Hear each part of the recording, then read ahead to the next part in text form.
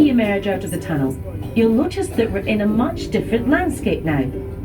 More intimate, and certainly not quite such grand views as on the other side. When we've turned around and gone back through the tunnel, you'll appreciate the views from there, looking out over central Scotland from a scenic vantage point. But for a moment, enjoy the canal side setting. The land around here is stunning and ready for exploration, if you're so inclined. From the visitor centre, there are 3 walks of different lengths exploring this area, including the remains of the Roman fort and the Antonine Wall. Ask for a map in the visitor centre, or you can hire bikes and make your way 6 kilometres east along the canal path to see the Kelpies. 2 majestic 30-metre high sculptures of horse heads rising out of the water. These Celtic water horses are not only a link with the mystical mythology of Scotland, but are also a reminder of the vast numbers of horses who worked on the canals pulling barges for years on end. Today we run our boats on diesel. Compared to days gone by, it means there's no horse waste left by the side of the canal towpath anymore. And we can now travel faster and in almost all weathers too.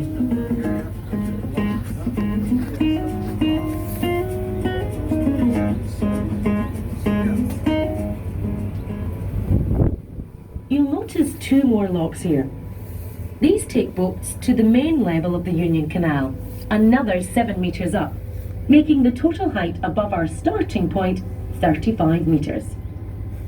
This then runs as far as Edinburgh, which, if you were to sail there today, would take about 9 or 10 hours. But most people on a pleasure cruise do it over a couple of days. In fact, these locks were installed as part of the renovations to the canal system and the installation of the Falkirk Wheel. The original Union Canal ended some 2 kilometres further on from here, where the flight of 11 locks carried canal traffic up and down between here and the Forth and Clyde Canal below. And from that level, 2 locks up from here, the Union Canal stretches all the way to Edinburgh without a single lock. It's a feat of engineering and construction laid out by the canal's designer Hugh Baird in the 1820s.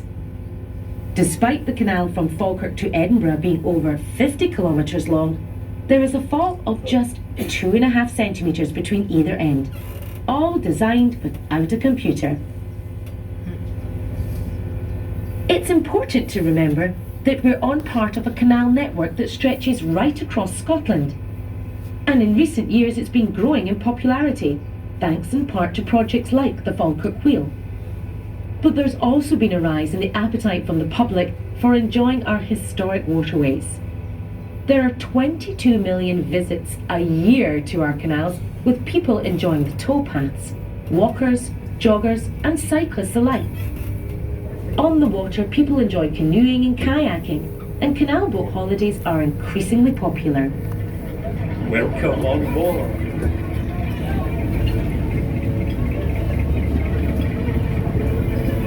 Don't fall in. It can be great fun to charter a boat and explore the canals.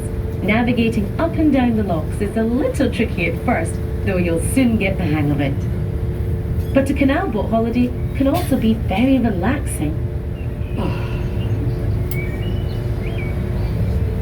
The gentle pace of the boats means you can switch off from the pressures of modern life and slow right down.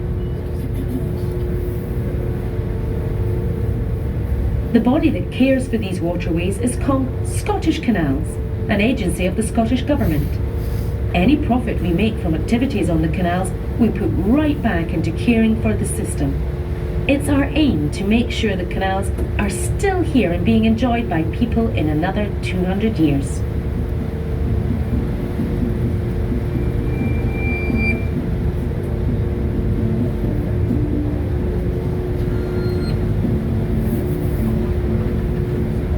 The tunnel in front of you now, you'll remember it runs under the Antonine Wall, is another part of what makes this place special. It might look just like any other tunnel, but it had to be excavated with utmost care so as not to disturb the archaeological remains above. And it has a concrete base, so as not to damage the old mine workings beneath. It's precision engineering. But the real precision work is on the Falkirk Wheel itself, a feat of engineering and architectural design. It was the first rotating boatman to be built in the world, bringing the story of Scottish invention, adventure and world first right up to date. The sense of ambition and pride felt by the design team matches that of those engineers and canal builders a few centuries ago. While many see the wheel as a beautiful thing, it's often questioned whether its merits are as a piece of art or as a piece of engineering. Tony Kettle, the designer of the Falkirk Wheel, perhaps puts it best. We came up with a practical, physical solution to the problem of how to link the two canals together. But we were driven by both the practical and the aesthetic. We wanted to create something sculptural that would give a sense of movement and rotation. Our wheel has some of the enduring qualities of a timepiece, precision engineering and intrinsic beauty, metal curves and movement in one composition.